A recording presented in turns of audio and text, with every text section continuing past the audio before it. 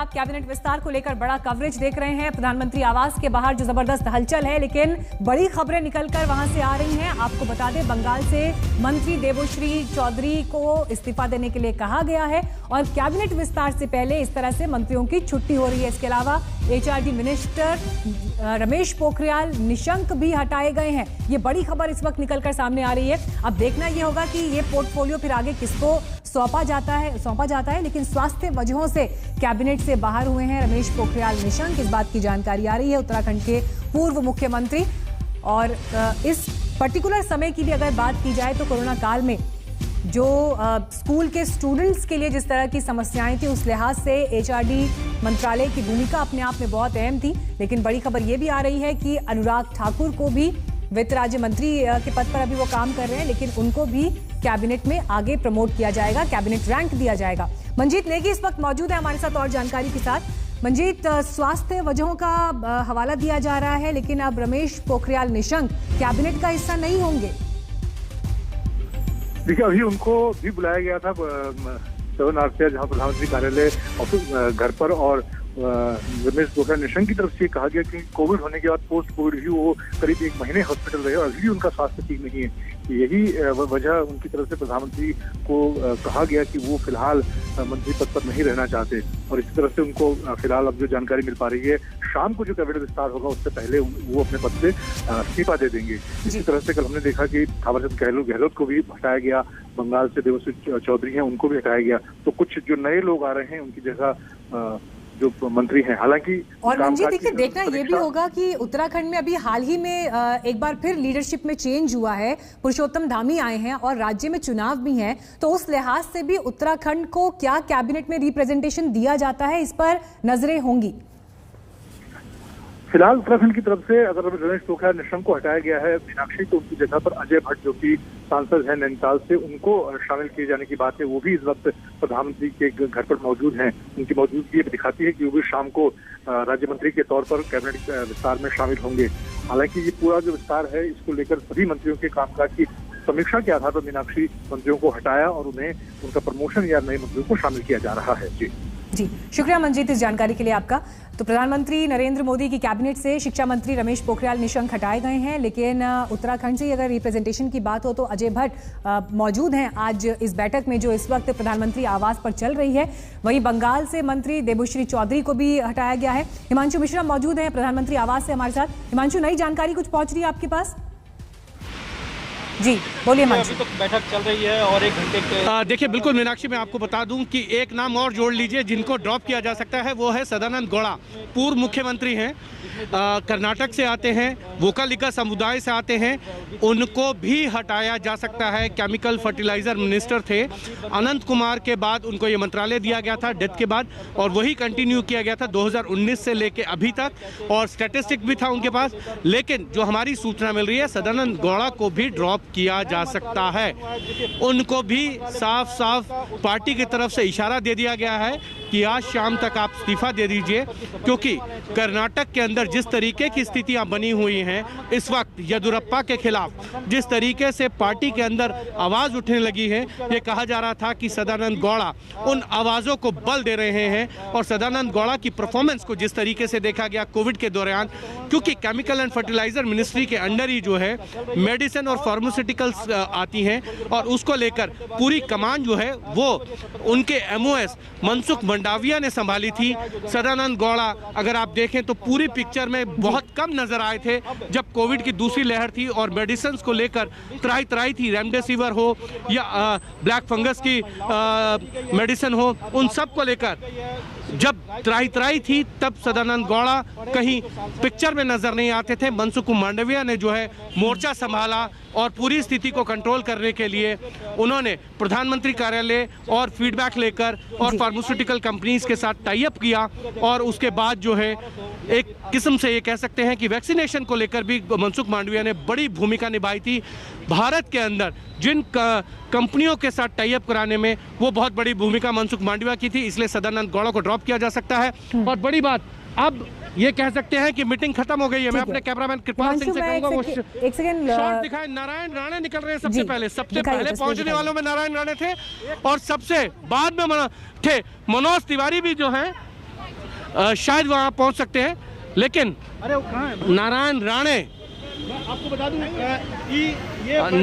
नारायण राणे जो है वो है। अब उसके बाद आप देखिए कि लगातार गाड़ियों का सिलसिला।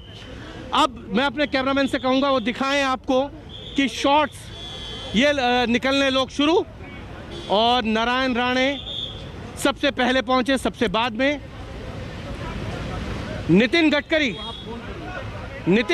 निकले हैं नंबर 2 पे महाराष्ट्र से। तो नितिन गडकरी भी यहाँ पर थे, और आरसीपी सिंह आए हैं जो जेडीयू से हैं, वो भी निकले हैं। मैं अपने कैमरामैन से कहूंगा लगातार जो है ये तस्वीरें आज तक के दर्शकों को दिखाई तो जाए। बैठक खत्म हो गई है, ये मान लिया जाए बैठक खत्म हो गई है हिमांशु? अब बैठक जी बिल्कुल ये कहा जा सकता है कि बिल्कुल बैठक खत्म हो चुकी है, और जिन लोगों को जो संदेश प्रधानमंत्री ने देना था कि आगे किस तरीके से कामकाज करना होगा, किस तरीके से आपको अपने मंत्रालय के अंदर परियोजनाओं को ग्राउंड तक पहुंचाने के लिए काम करना है, वो सारे इंस्ट्रक्शन प्रधानमंत्री की तरफ से दे दिए गए हैं। और अब ये बैठक खत्म। जी, हम चित्रा भी हमारे साथ मौजूद है पीएम आवास से ही। चित्रा देखिए, बैठक खत्म हो गई है और यहाँ से अब दिख रहा है गाड़ियों का, मंत्रियों के निकलने का सिलसिला भी शुरू हो गया है, लेकिन बड़ी खबर का इंतजार अब भी है कि आखिर किन चेहरों के नाम पर फाइनल मुहर लगी है।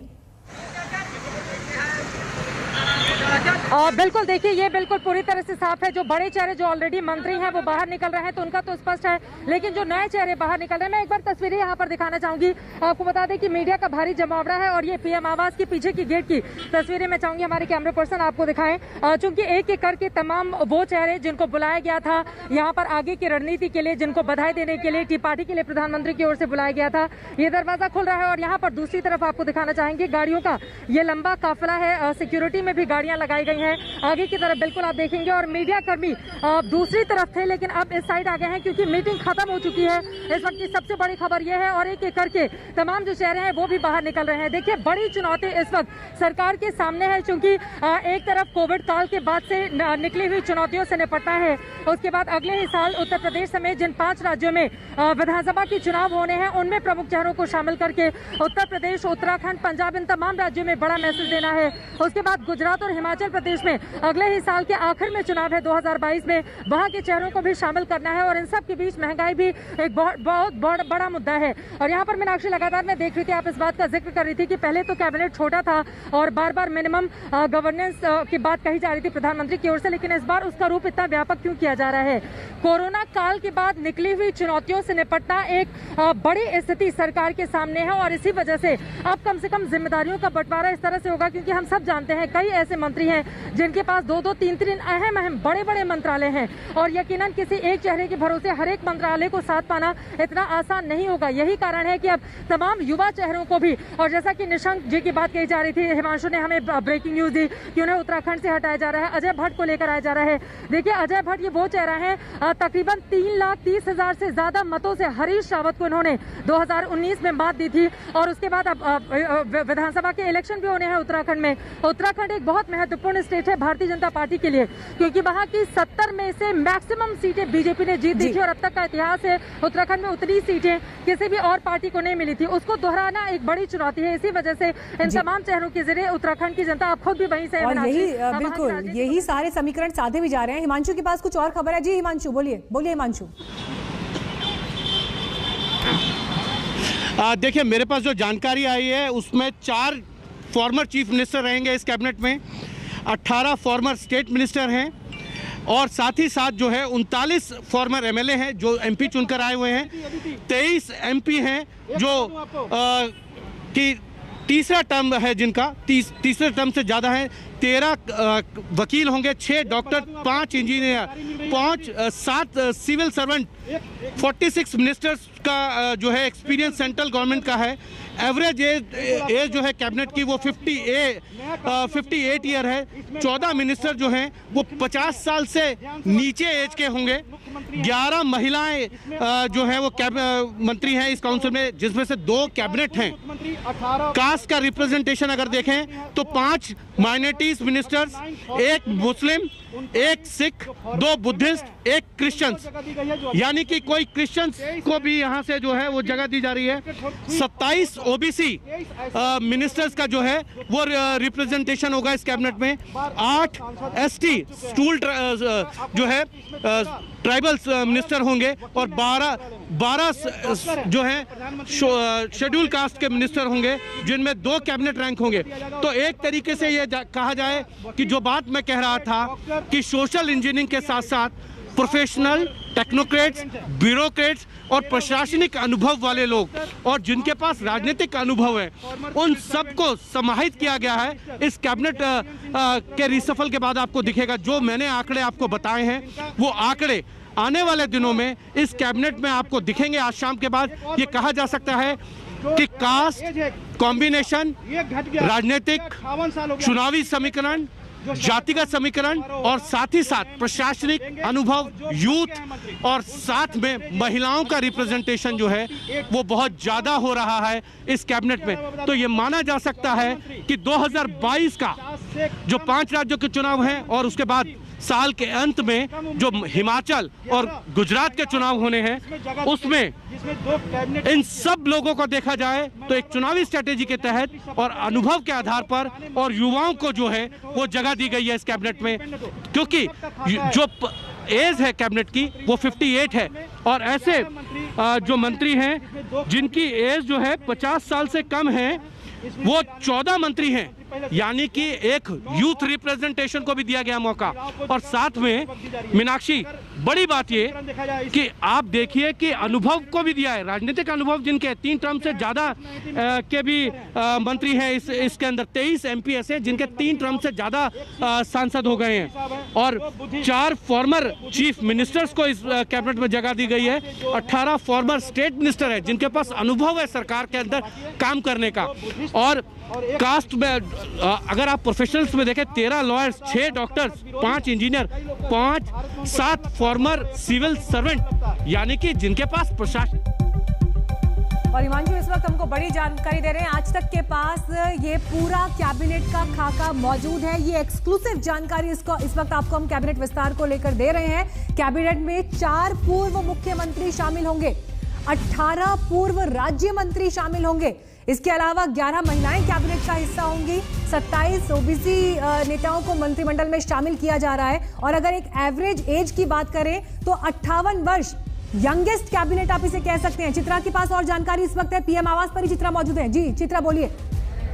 देखिए ये काफिला मैं आपको दिखा रही हूँ। यहाँ पर राजनाथ सिंह, रक्षा मंत्री राजनाथ सिंह की ये गाड़ी है और इस गाड़ी से राजनाथ सिंह यहाँ पर निकल रहे हैं। और अगली गाड़ी देखिए, एक एक करके प्रधानमंत्री नरेंद्र मोदी से मुलाकात के बाद सभी लोग निकल रहे हैं। रक्षा मंत्री राजनाथ सिंह की गाड़ी आगे चली गई है और ये अब अगली गाड़ी आ रही है। मैं जल्दी से देखना चाहूंगी कि आखिर इसमें किसकी मौजूदगी है। आपको बता दें, एक तरफ कहा जा रहा है कि गृह मंत्री, मैं देखकर आपको बताती हूँ, यहाँ पर गृह मंत्री अमित शाह इसमें बैठे हुए हैं। आप देखिए गृह मंत्री अमित शाह इस गाड़ी में मौजूद हैं और प्रधानमंत्री नरेंद्र मोदी के साथ लंबी चली इस मुलाकात के बाद अब गृह मंत्री अमित शाह भी यहाँ से जा रहे हैं। सबसे आगे रक्षा मंत्री राजनाथ सिंह की गाड़ी थी, गृह मंत्री अमित शाह निकल चुके हैं और अब ये तीसरी गाड़ी, ये गाड़ी फिलहाल खाली है। एक एक करके जितने भी लोग मुलाकात करने के लिए आए हुए थे प्रधानमंत्री नरेंद्र मोदी से, वो अब यहाँ से जाना शुरू हो चुके हैं। ये गाड़ियों का लंबा काफिला आपको दिखाई दे रहा है और अब जाहिर तौर पर सभी के चेहरे भी खिले हुए हैं, सभी को बधाइयों के संदेश भी आ रहे हैं। बहुत सारे आप देख पा रहे हैं एक एक करके ये गाड़ियों का काफिला इस वक्त। और अब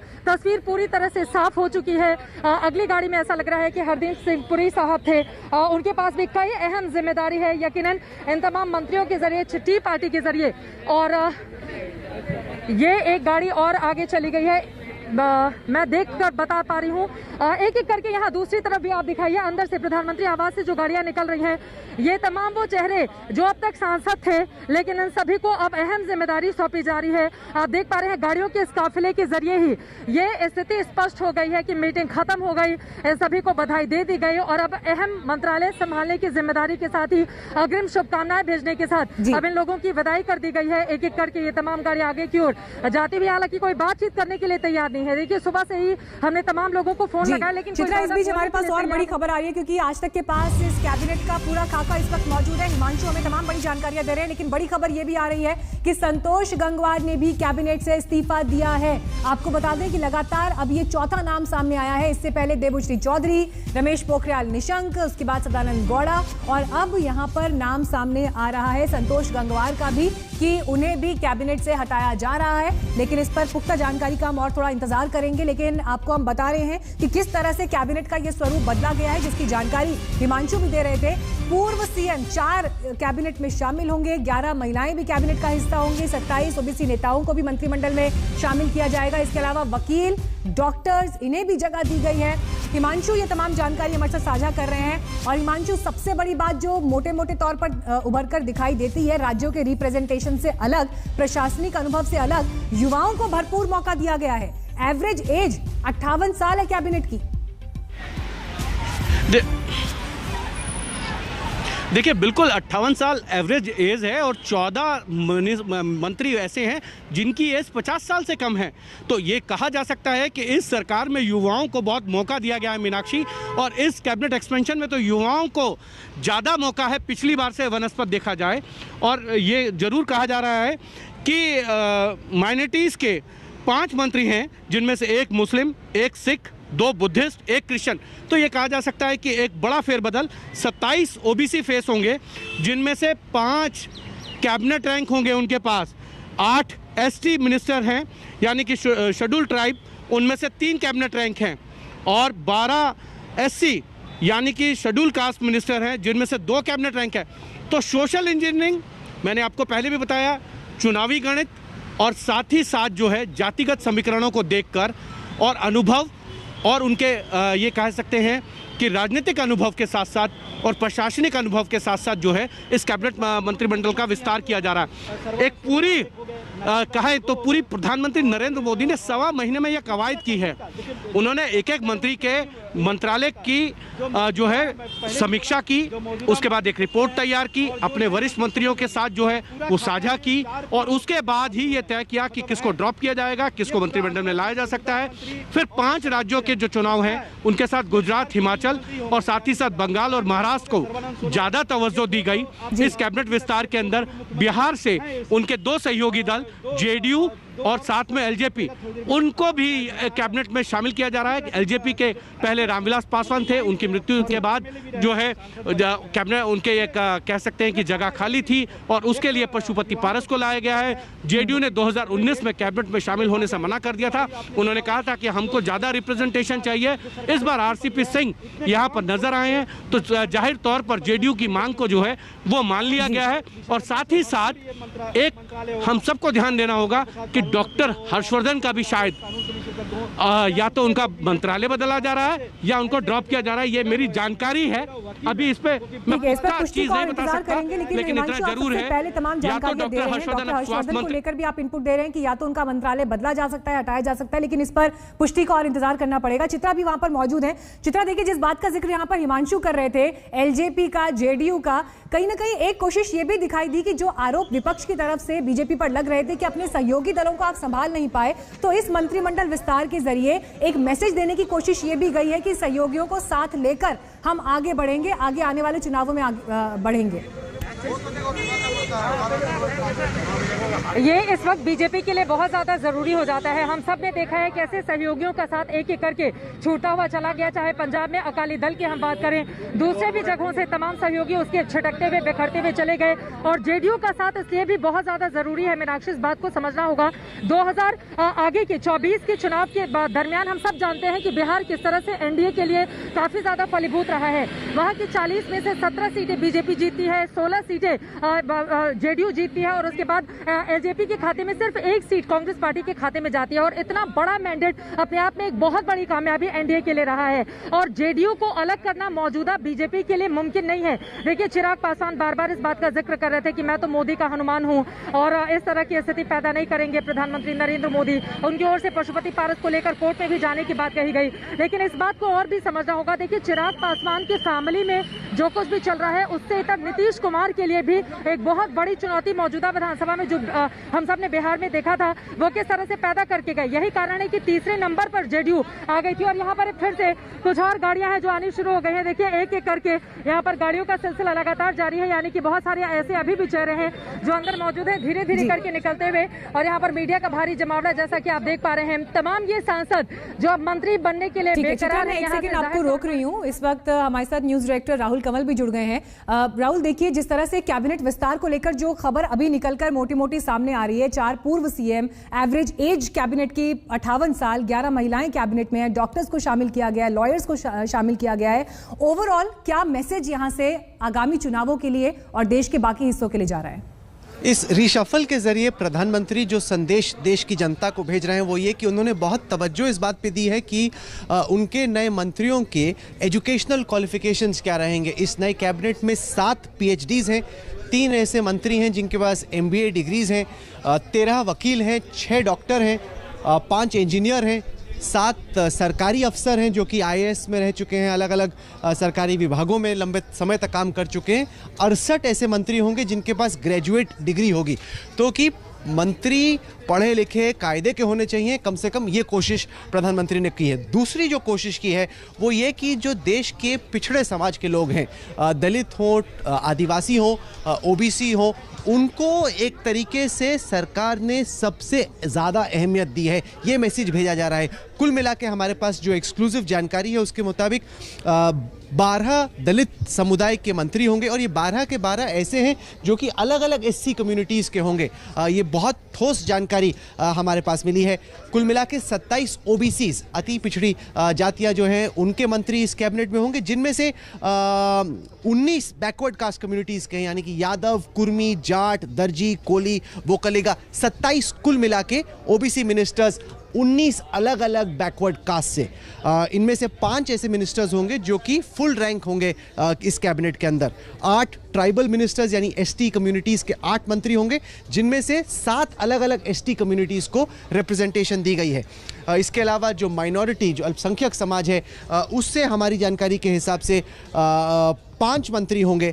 इसके अलावा जो अदर कम्युनिटीज़ हैं, यानी कि जो ऊंची जातियां हैं, ब्राह्मण, भूमिहार, कायस, क्षत्रिय, लिंगायत, पटेल, मराठा और रेड्डी, इन जातियों के 29 मंत्री इस कैबिनेट में होंगे। इसके अलावा हमारी जानकारी के हिसाब से 11 महिलाएं होंगी इस कैबिनेट के अंदर, जिनमें से 2 को फुल कैबिनेट रैंक है। इसके अलावा कोशिश ये की गई है कि जितना ज़्यादा हो सके यूथ को, युवाओं को मौका दिया जाए। इस लिहाज से 14 कुल मंत्री होंगे जिनकी उम्र 50 साल से कम है, जिनमें से 50 कुल इससे क्या होगा कि जो टोटल एवरेज एज है कैबिनेट की वो 58 साल पे आ जाएगी। 6 ऐसे मंत्री हैं जो कि फुल कैबिनेट रैंक के होंगे जिनकी उम्र 50 साल से कम है। 46 ऐसे मिनिस्टर्स हैं जिन्होंने अलग अलग राज्य सरकारों में मंत्री का काम किया हुआ है। ये एक्सक्लूसिव जानकारी आज तक पर हम अपने दर्शकों को दे रहे हैं। 46 ऐसे मंत्री जिन्होंने अलग अलग वक्त पे अलग अलग राज्य सरकारों में काम किया हुआ है। इसके अलावा 23 मंत्री ऐसे हैं जो कि 3 से ज़्यादा दफ़ा मेंबर ऑफ पार्लियामेंट रह चुके हैं, जिनको पार्लियामेंट के कामकाज का, लेजिस्लेटिव प्रोसेस का अच्छा अनुभव है। 4 एक्स चीफ मिनिस्टर्स इस कैबिनेट में होंगे। 18 मिनिस्टर्स हैं जो कि अलग अलग स्टेट गवर्नमेंट्स में रह चुके हैं मिनिस्टर के तौर पे, और 39 ऐसे हैं जो कि MLAs रह चुके हैं अलग अलग राज्य सरकारों में। 5 मिनिस्टर्स नॉर्थ ईस्ट से हैं। और कुल मिला के अगर आंकलन किया जाए तो इस रिशफल के बाद देश के 25 अलग अलग राज्यों और यूनियन टेरिटरीज के मिनिस्टर्स इस कैबिनेट में होंगे। और खासी तवज्जो इस बात को दी गई है, जैसे कोई बड़ा राज्य हो उत्तर प्रदेश जैसा, वहाँ के हर क्षेत्र के, हर सब रीजन की, हर कम्युनिटी को एक तरीके से रिप्रेजेंटेशन मिले, ताकि ये पूरे देश की एक तरीके से कैबिनेट हो। इस पर प्रधानमंत्री ने खासी तवज्जो दी। शुक्रिया राहुल इस पूरे एक्सप्लेनेशन के लिए आपका। लेकिन अब बड़ी खबर यहाँ से निकल कर आ रही है कि देखिए, जो एक मैसेज दिया गया है वो तो पूरे देश के लिए और जहाँ पर चुनाव होने हैं जिन राज्यों में वहाँ के लिए, लेकिन इसके साथ ही करीब 4 से 5 ऐसे हैवी वेट्स हैं जिन्हें हटाया भी गया है, जिसमें रमेश पोखरियाल निशंक का नाम है, सदानंद गौड़ा का नाम शामिल है, देबोश्री चौधरी बंगाल से, उन्हें इस्तीफा देने के लिए कहा गया है। खबरें और जैसे जैसे निकल कर आगे आती रहेंगी आप तक हम पहुँचाते रहेंगे। एक ब्रेक के लिए यहाँ रुक रहे हैं।